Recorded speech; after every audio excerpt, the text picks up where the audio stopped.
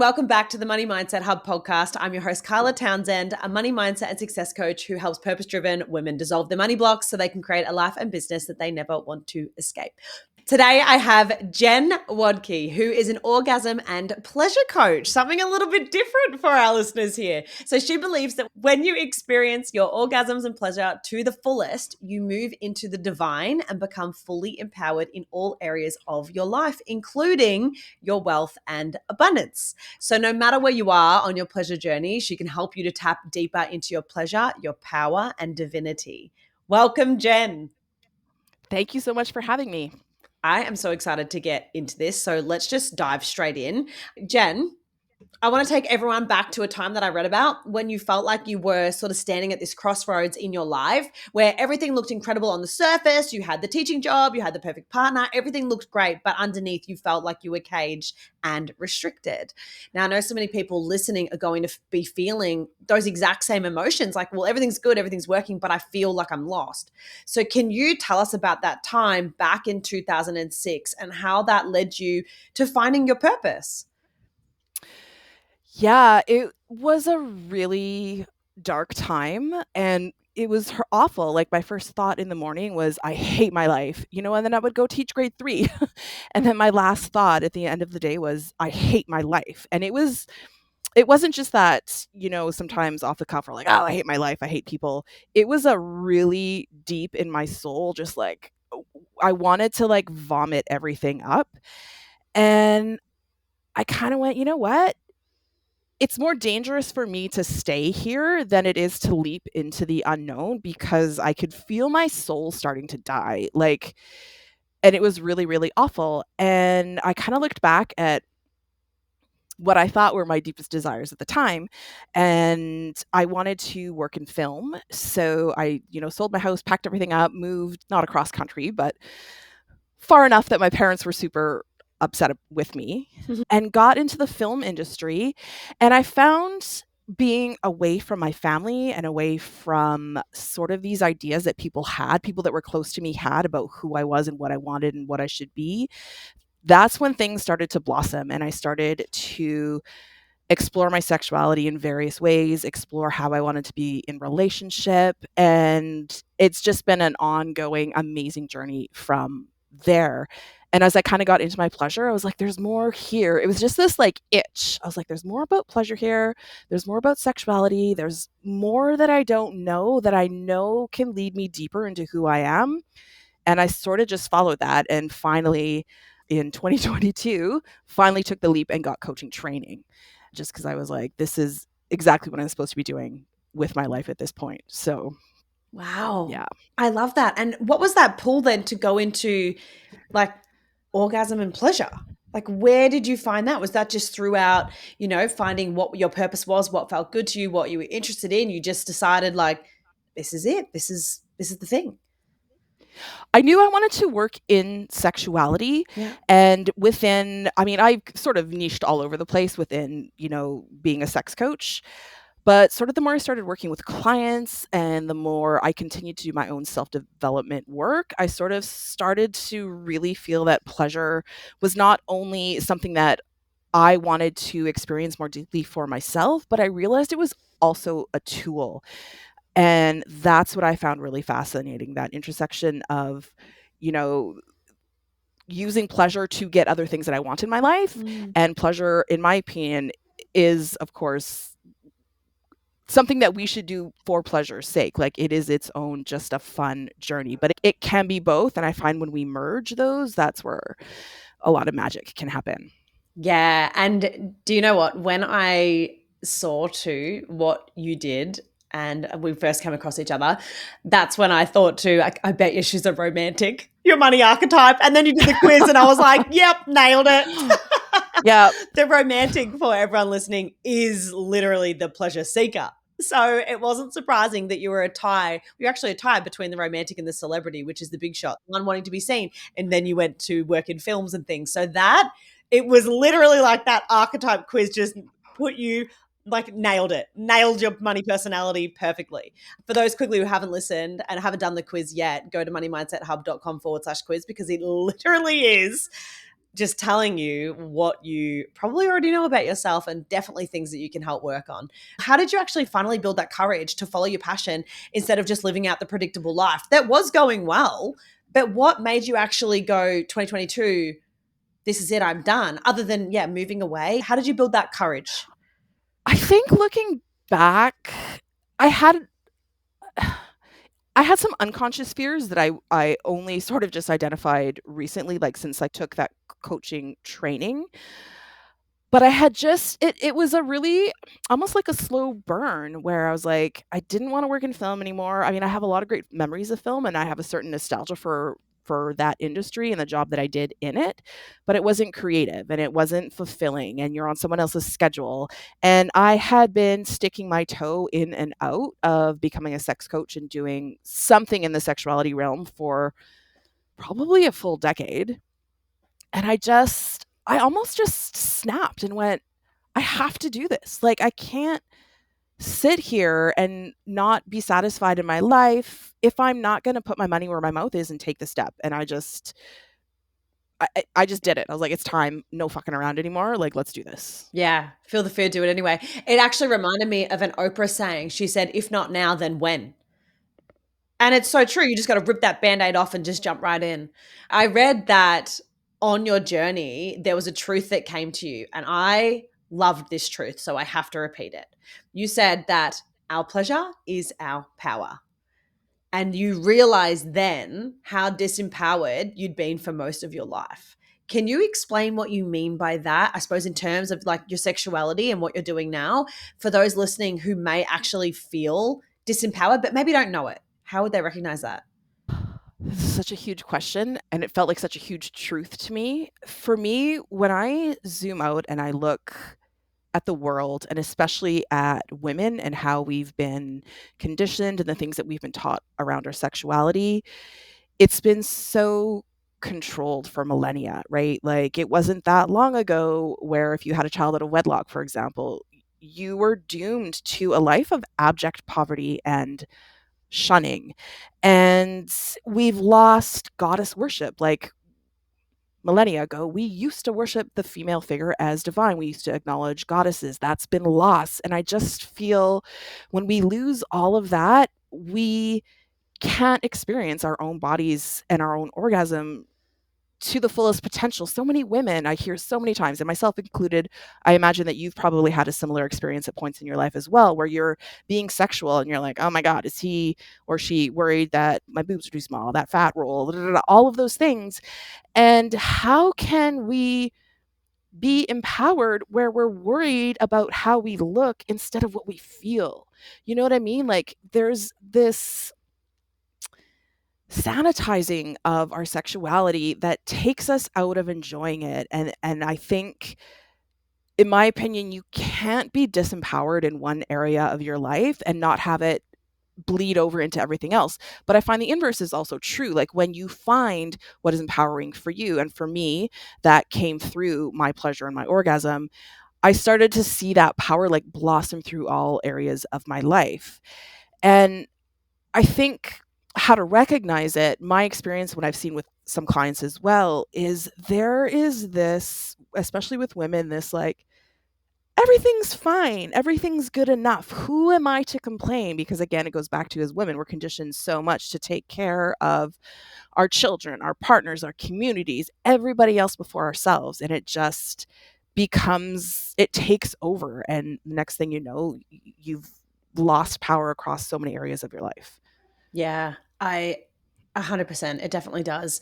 And when you were talking too, I realized that, you know, this with your sexuality and that receiving, let's just say in an intimate moment too, part of receiving money is to do with also just receiving pleasure, is being able to receive in all areas of your life. Yes. So if you're struggling with this, if you're struggling Mhm. to receive in an intimate moment, you will probably also find that you will struggle to receive things such as a compliment from someone or money from a client, because there will always be some form of self-sabotage because this feeling of not worthy comes up. Yes. So it definitely, I think sexuality and money go hand in hand.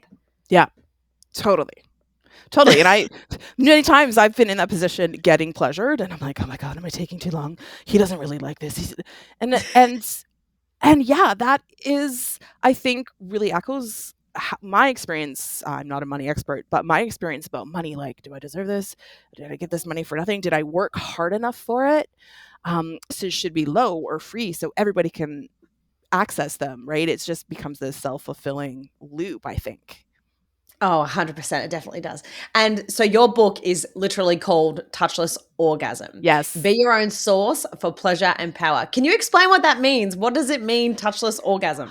So, touchless orgasm, one of the first things I want to dispel about the title is you don't have to work toward orgasm if that's doesn't work for you. I sometimes feel like I worry that I am putting out another. I don't want women to hear touchless orgasm and go, "Oh my god, like this is something else I need to do in bed." It's intended to be really a paradigm shift in how we experience pleasure. So many of us look to our partners or toys to create pleasure inside of our bodies. But with touchless orgasm, we sort of put all of that aside just for the practice. I have also taught myself and grown the capacity to be able to, I can do it right now if I'm just sitting here, close my eyes, focus, and get in touch and be like, oh, I feel that. I feel that pleasure. I feel that twinge of aliveness and the wisdom that's there. And with the touchless orgasm method, you can sort of latch on to that pleasure and begin to circulate it throughout your entire body without touching yourself, up to and including the point of orgasm if you want to take it to the nth degree. And Wow. I find it pops up on me on odd times. Sometimes, like, I'm not necessarily doing something sexual, but if it's something that I'm really interested in or passionate about, I'll be like, ooh, that feels good. Like I'm on the right path. I should keep going here. I should keep doing whatever I'm doing. Maybe it's like working on a book or podcast or whatever. So yeah. Yeah. Well, look, I think it's really interesting too, because even with the womb, the connection between your womb and your manifestation powers, I mean, as woo as that might sound, but the deeper you go, the more that you'll realize they're actually connected for a woman. I find that this too, just your sexuality, if you do have wounds, right, from whatever it might be, trauma, generational trauma, either, it can be so many different things. But if you have that, you're not able to fully open up to the manifestations that it is that you're trying to call in. It doesn't matter what area of life. So there is a connection there, which I find really interesting. And womb healing is a literal thing. Yes. Have you had any experience with that? Yes. Yeah, Mm. I was at an optional in-person retreat as part of my coaching training, and we had a womb healing session. I no longer have a physical womb. I had a hysterectomy a few years ago, but that doesn't matter. Who's listening, you might be in the same situation. Your womb is not necessarily the physical organ, it's the energy of it. And I didn't really expect anything to come up because I was like, oh, a womb. And, I was guided through the practice, and I just got this really clear message that, like, you're beautiful. We're still here. Like, you can still birth and create whatever you want in the world. Like, we're not just for children, and we haven't left you. You made the right decision for you to have this womb actually removed. And I just felt this amazing surge of love that was coming. I mean, it was coming from within me, but it also felt like it was this deeper, richer, external source from somewhere that was like, we got you. You still have this creative energy and this power to create. So it was Yeah. an amazing experience. Yeah, I know one of my clients, she has done womb healings for women that are actually going through the IVF donor egg Mm. journey. And it's so incredibly transformational but yeah, it truly is. It's all connected. Everything is energy. It is all connected, but it's wild. I'm going to speak then from my own experience because I know that so many women are going to relate. But I feel like this connection to sexuality, my own sexuality, and many women listening, it's sort of like a work in progress, right? I truly believe that this maybe disconnection with sexuality sort of stemmed from my teenage years. And it was through, body insecurity. It was witnessing women being demonized if they dressed a certain way. So I've worked really hard on a lot of that. But what would you say to the woman who's still really holding back and not fully expressing her sexuality and her needs, even to her partner, maybe because of past, I suppose, mental, physical blocks that she might be experiencing? How does she even begin to open up and express herself the way that she wants to? I think one of the first keys is to recognize that we all have a solo sexuality. Like our sexuality exists without any partners around. So I always encourage people to recognize that how they are with a partner, like you co create a sexuality together, but you both also retain your own sexuality. And that's where I would encourage women to start. And within that, the very first thing is you have to find and create safety. So a lot of women can't express sexually or perhaps don't have orgasms or whatever their specific case might be because this culture that we live in can really harshly punish women if they step outside of accepted sexual rules and boundaries, right? So the first thing is for her to create a space, a ritual for herself where she can create pleasure. She begins to do that within her own boundaries so that she doesn't push past what feels safe for herself. Because we first need to create these new neural pathways and in our body as well that it's okay to be sexual.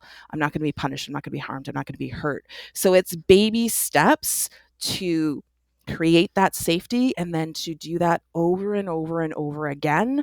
So you're creating a new way of being that your body starts to go, okay, it's safe to be sexual. This is okay. And then you can start expanding that out to include your partner, to include different types of orgasmic experiences or creating pleasure or whatever she specifically wants in her life. But it's that safety is absolutely key. Nobody's going to have mind-blowing orgasms if they don't feel safe to do that. Yeah.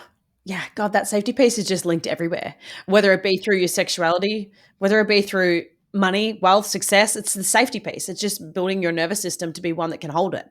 Yeah. Yeah. Mm. It's simple and we hear it again in different areas because it's true. It's that whole thriving versus surviving mentality, right? Or ability. And until we can get out of survival mode, we're not going to thrive in our pleasure. Yeah, 100%. Yeah. So how did you go then starting your business and being in this space? You know, it could be quite triggering for maybe some women listening will be like, what? I don't want to go there. You know, sexuality is this taboo thing because it is, right? Just like money, it's taboo. But how did you go starting your business and gaining traction and people are sort of understanding your message? Was it challenging at first? I feel like I'm still in the beginning phases and it Yeah. still feels challenging at times because a lot of women might not quite feel comfortable having some of these conversations. Or I think my experience way back when I first sort of started looking at sex coaches and what they were teaching, I was like, that's not true. Mhm. What do you mean I'm repressed? Or I can't remember what the words were. One specific coach who's actually very, very well known. I was like, what do you mean? What do you mean I'm lacking old or I'm numb? I'm like, that's not true. That's not true. So I had those reactions myself. And then I kind of just went, I'm just looking at someone's website. Like, if it's not for me, if this person isn't for me, like, I'm just going to keep my search open and look at other people. And finally, I sort of landed on a few people who were saying things that resonated. And that was a way in for me. And again, for me, it was just also this recognition of like, I don't want to stay where I am.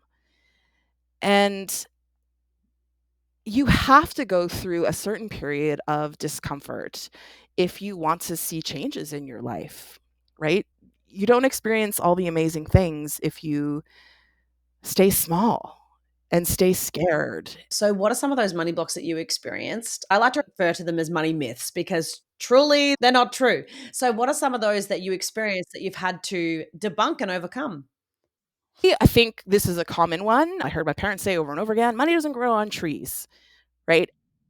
And again, I never consciously decided to work with my money mindset or money blocks. Like it came up when I was doing other sexuality and pleasure based practices, but that was a big one for me. And it was like a light switch, right? And I went, that's not true. Like money, of course, obviously doesn't grow on trees, but what's actually true is that there is an infinite amount of money in the world. Infinite. So if I can learn how to open up and receive and sort of get myself into the stream, money is going to come to me and abundance is going to come to me. Yeah. I love that, and I definitely heard that a lot too. And you're right, there is truly infinite possibilities. There's infinite amount of money. There's however many trillion dollars being circulated at all times.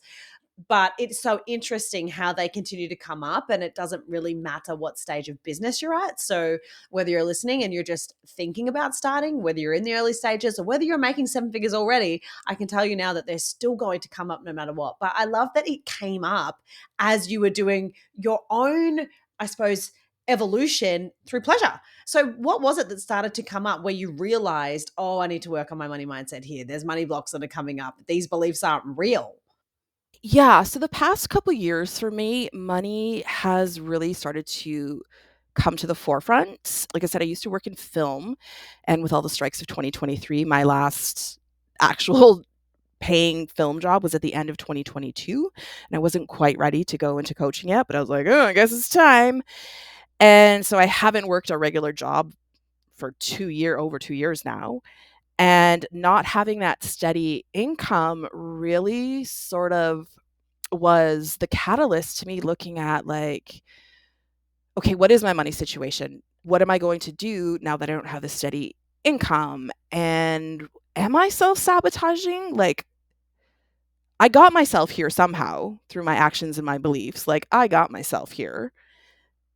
I just have this feeling like if I don't change my thinking about money and abundance, I'm going to be stuck here and I don't want to be stuck here. So it was kind of for me just an organic, like, questioning about what had been sort of unconsciously planted in me about my beliefs around money and abundance, and self-worth was a big piece of that too.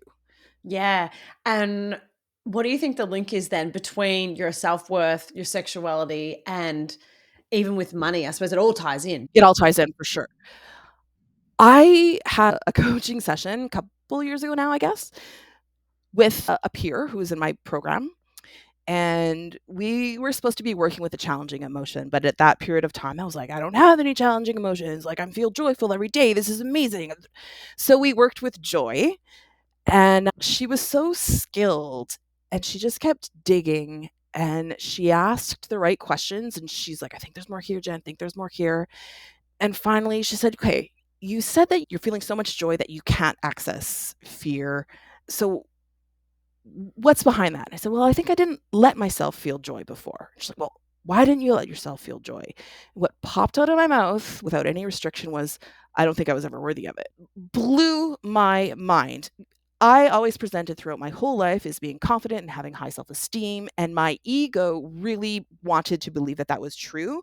So when I said, oh, I don't think I've ever been worthy of it, and it was just like, "Oh my god, that is there," and I walled it so deep behind being this, like, self-confident, sexual, liberal woman that I didn't even know it was there, and so I sat there as soon as I said that, and I went, "Oh my god, that's absolutely true," and it was like my life flashed before my eyes, and it was like all the opportunities I turned down, all of the things I didn't do, all of the things I didn't say because I felt I couldn't take up space and I couldn't be big and I couldn't say my opinion because I was fearful of what would come back at me. And I think that moment is when I started to really change how I thought about myself very broadly, and money and abundance and sex and pleasure and all of it. It was like, I'm worthy of all of it. And that was a huge shift. I'm like, I'm worthy of being rich. I'm worthy of having amazing partnership. I'm worthy of life-changing orgasms. I'm worthy of a deep spirituality. I'm worthy of connection. I'm worthy of all of it. Wow. That's super interesting that you said that though, because you were covering it and you were hiding it through being so confident, but that's just your shadow being overly expressed. So to hide what was going on under the surface, because it's usually either one way or the other. It's either overly expressed or it's overly suppressed. It's really interesting that that made you realize, like, oh, that's why. You're just kind of making up for the lack of self-worth in the overconfidence. That's really interesting. I think a lot of people resonate with that too. Like, where are you overly expressing parts of yourself because there is something under the surface that you really need to love on and just let it be to move on. That's so interesting. That's really, really interesting. What is your definition of success? I mean, this a great question because I've been thinking a lot about that. So, if I'm being totally honest and authentic, am at my lowest point financially, but I'm also so abundant in other ways. And that has been a really, really huge lesson. And despite not having a lot in the bank, I feel so surrounded by love. I am happy every day, and I'm able to choose that. That feels like success to me, that I can live in happiness and joy every day, and I can live with a kind, empathetic heart to everyone around me. Mm. I love that. And thank you for that vulnerability. I do think that, now for many business owners is something that a lot of people aren't talking about, but it has been really challenging. And it doesn't seem to matter what industry you're in. There are many people going through it, but that's just part of business, right? Entrepreneurship. It sometimes can be like that until you find that sustainability and that consistency. But I feel like when you have an abundant mindset like you do, I can tell that you're optimistic, you're doing what you can, you're going to move the needle. It's all going to work back out. It's fine. It's kind of like the pendulum will swim back in your favor for sure. It's just a matter of time. When you have that mentality and abundant mindset like that, of course it's going to work out. It's always going to work out. And I always say to everyone though, money is just a byproduct of living a life in alignment. And you seem so aligned and on purpose. So, of course, it's going to flow back into you. Yeah. And it has been really, really eye opening. And I'm so grateful that even, right now in this period, I have so many people who have just supported me, and few close friends have services that I need, gifted me those. Just little things from here and there, like somebody buys me a drink at the bar, right? Like a friend sends me a gift card or whatever, like, and just recognizing that abundance also is coming from who I am and what I have put out in the world my whole life. So it feels like I'm evolving into this more like tangible money wealth.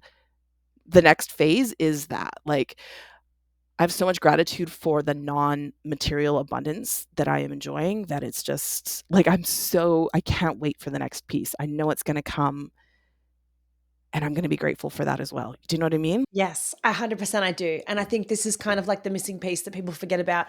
When you are, for anyone listening who is in a state too where they feel like, oh, I'm doing all the things, but the money's just not stacking in the bank right now. The first thing you need to do is honestly, one, audit your behaviors, your habits, your feelings, your emotions around money and how are you being with money. But then also, two, be really grateful for non monetary things and any sort of form of abundance. Because, like you said, you hit the nail on the head. Abundance comes in so many different forms. Abundance could just be love, it could be gratitude, it could be a gift from a total stranger, it could be anything. Look around you right now and look at everything that you are grateful for in your life, what you have. Do you have a home? Do you have a roof over your head? Do you have food on the table every day? Do you have heating to keep you warm in winter and cooling for summer? Do you have friends and family who you love and who love you and support you undeniably?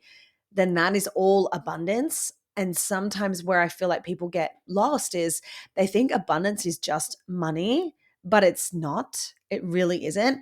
And when you're trying to chase the money, it's the first thing that will repel the money. It's trying to live a life of abundance. Yes, we need it. It's definitely a necessary tool. We need money to live, to provide everything that we need, right? But there are always ways that you could be of service. So when you opt into service, you will receive monetarily. And sometimes you have to do what you have to do until you can do what you want to do. And honestly, I always say, like, wealth and being rich, it's not so much to do with what's in your bank account. It's actually how you feel. It's how you experience life. And the thing is, you're not going to get to your end of your day and be like, God, I'm so glad I have so much money in my bank account. You're going to get to the end of the day and be like, how was my experience of life? And of course, money is a resource to be able to get you to experience more of what it is that you want and be more generous and provide more and maybe build a legacy, but it's not the experience of life itself. So I love that you're finding that lesson too. And I think there are so many lessons in moments where you feel like that, when you've really got to dig deep, where you've really got to be aligned and cut everything that isn't suiting you, it's not helping you, it's not pushing you more towards the vision that it is that you have for yourself and for your business too. The more that you strive towards that and just building something you are so grateful for, like I always say to clients, is to build something to remember. That's what you're here for. You're here to build something to remember. You're not just doing this because it's just something to do and you think it's going to bring in the funds. You're doing it because it was your purpose. And your purpose work sometimes has those moments where it's really challenging. But any success story, like if you look at the greats, like the top 1%, right? They all had moments where they had to build it back up. Well, maybe I won't say all, but most had moments where they either were totally bankrupt, they lost everything, they really had to dig deep, and they sort of had this coming back from the ashes sort of story. Not everyone, not to stereotype, not everyone, and you don't need that to be successful, obviously, but it is a thing that goes to show you that success just isn't this straight linear path. It has bends. Sometimes you go backwards. But I always think that the ones who make it, the ones that truly build what it is they set out to build, are the ones that have complete responsibility for their own mindset, their own actions, their behaviors, but they never stop cultivating abundance internally and trusting that it's going to come and surrendering. And then it always does come externally. Yeah. I love that you said the word surrendering. Like, I think are alive in sexuality as well as money. Like, sometimes it's a struggle to surrender sexually because you need to, like, that feels so vulnerable. But we need to do it in sex and we need to do it in money, I think, to get what we really want and to like allow ourselves to receive, like we were, just saying earlier with receiving pleasure. 100%. Okay, this is something I love to ask. What's a book that has deeply impacted your life? I can't remember the author, Feminine Genius. And it was a really, really amazing journey through recognizing that female ways of knowing and understanding the world are just as valuable as, the stereotypical male ones of like logic and action and organization. Like connecting with yourself, your body, your inner wisdom as a woman was mind blowing to me. I was like, I bought into this myth that women's intuition is like meaningless. It's irrational and it's so superficial. And I found after reading that book, I was like, oh my God, that it positions feminine wisdom as this amazing superpower that we have. And that really helped lead me down the path of recognizing that our pleasure is linked to this power because it's just part of being in a female body and recognizing that how women are and what women know is valid and it's real. And highly, highly recommend that read. We'll have to find the author, but blew my mind. Yeah, I think it's so powerful when women particularly start to reclaim their feminine energy rather than living in such a masculine world. And as you'll know, we need both, right? We have masculine and we have feminine energy, but I think that we lose a lot of it, like what you're saying. I think we lose so much of that in this society because it is such a masculine driven society. Like the 40-hour work week was created by men for men. And look, this day and age is totally different. It's changed. And the way the world is changed. And, many families have to be two income families now. So the whole world is just totally different. But it is really interesting. And I think just really eye opening when women start to realize more of their feminine power and they start to lean back into that, especially, I know for me, even becoming a mom, I have 3 kids. I've found that I was so in my masculine. Like I worked in corporate. I was a manager from the age of 23. So I had to be in my masculine. And many of the people I worked around were men in those roles until I started to meet some women, but many also weren't mums. So they didn't have to really step into their feminine to be the nurturer for dependent children. So again, it was so different. I was just sort of in this world of masculinity. And it wasn't until I started my own business that I needed to begin to unlearn that. And I think that, again, all ties into that surrendering piece. And I think everything has improved when I started to realize that. So, yeah, we'll definitely find who wrote that book and find a link to that book and have a read, because, yeah, I think it's just so eye-opening and transforming for women to really just reclaim that. And your intuition is key. It is just key. It leads you exactly to where you're meant to go.